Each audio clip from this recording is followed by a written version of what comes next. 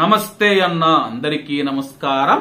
సొంత ఇల్లు అనేది లేకపోతే గాని చాలా అవమానాలైతే ఎదుర్కోవాల్సి ఉంటుందన్న.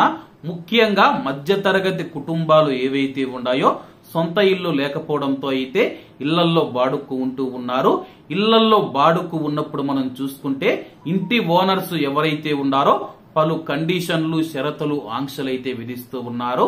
మరి ముఖ్యంగా మనం చూసుకుంటే భార్య, భర్త, ఇద్దరు పిల్లలు, తల్లిదండ్రులు కానీ అన్నదమ్ములు కానీ పెద్ద ఫ్యామిలీ అయితే బాడుకు కూడా ఇల్లు అయితే ఇవ్వడం లేదు. అలాగే తాజాగా నేను హైదరాబాద్కు వెళ్ళాను. హైదరాబాద్కు వెళ్లిన తర్వాత ఒక అపార్ట్మెంట్ లో చూసుకుంటే వాళ్ళైతే ఒక మధ్యతరగతి కుటుంబం అయితే ఆ యొక్క అపార్ట్మెంట్ నుంచి ఖాళీ చేసి వేరే చోటికి వెళ్లడం జరిగింది. అలాగే వాళ్ళు వెళ్లేటప్పుడు ఒక ఫ్రిడ్జ్ నైతే అక్కడ పెట్టి మళ్లీ తీసుకుంటామని చెప్పేసి ఇంటి ఓనర్ కు చెప్పారు. అలాగే అంతా బాగానే ఉంది. కానీ కొన్ని రోజుల తర్వాత వచ్చి వాళ్ళు ఆ యొక్క ఫ్రిడ్జ్ ను తీసుకువెళుతూ ఉంటే ఇంటి ఓనర్ మనం చూసుకుంటే గొడవ పెట్టుకోవడం జరిగింది. దేనికి గొడవ పెట్టుకున్నారంటే వాళ్ళ యొక్క ఫ్రిడ్జ్ వాళ్ళు తీసుకొని పోవచ్చు గాని అలాగే ఫ్రిడ్జ్ తీసుకొని పోయేటప్పుడు మనం చూసుకుంటే ఆ యొక్క ఫ్రిడ్జ్ ను ఆ యొక్క అపార్ట్మెంట్ లోని లిఫ్ట్ లో అయితే తీసుకురావడం జరిగింది. ఆ యొక్క అపార్ట్మెంట్ ఓనర్ ఎవరైతే ఉన్నారో నువ్వు లిఫ్ట్ లో ఎందుకు తీసుకొని వచ్చావని చెప్పి వాళ్ళతో గలాట పెట్టుకోవడం జరిగింది. మీరు ఇప్పుడు లేరు కదా, ఎందుకు మీరు లిఫ్ట్ వాడుతూ ఉన్నారు? లిఫ్ట్ కు మీకు ఎటువంటి సంబంధం లేదు. అలాగే వాళ్ళు చూస్తే 3వ ఫ్లోర్ 4వ ఫ్లోర్ లో అయితే ఖాళీ చేయడం జరిగింది. అంత పై నుంచి ఫ్రిడ్జ్ ను కిందికి తీసుకొని రావాలంటే చాలా కష్టంగా ఉంటుంది కాబట్టి లిఫ్ట్ ను వాడడం జరిగింది.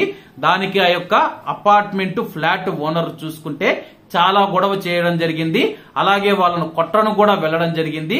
ఇటువంటివి చూసినప్పుడు నిజంగా సొంత ఇల్లు అనేది లేకపోతే గాని ఇంత అవమానాలు పడాలా అని చెప్పేసి నాకైతే బాధేసిందన్న. ఆరికి చాలా మంది పక్కన ఉన్న వాళ్ళు కూడా చెబుతూ ఉన్నారు, లిఫ్ట్ వాడుకోవడం వల్ల లిఫ్ట్ ఏమన్నా అరిగిపోతాదా?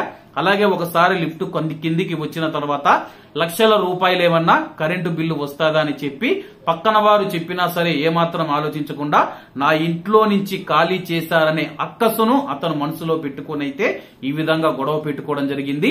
హైదరాబాద్ లో అయితే చాలా ఆంక్షలైతే ఉన్నాయన్న. ఇప్పుడు కూడా మన ఆంధ్రప్రదేశ్ లో గాని అలాగే తెలంగాణలో ఇప్పుడిప్పుడు ఇటువంటి ఆంక్షలు వస్తూ ఉన్నాయి. సొంత ఇల్లు లేకపోతే గాని పురుగు కంటే హీనంగా చూస్తూ ఉన్నారు. ఇంటి ఓనర్ల దృక్పథం అయితే మారాలి. మీ ఇంట్లో ఏం వాళ్ళు ఫ్రీగా ఉండడం లేదు. అలాగే రెంట్ కడుతూ ఉన్నారు, కరెంటు బిల్లు కడుతూ ఉన్నారు, మెయింటెనెన్స్ కడుతూ ఉన్నారు.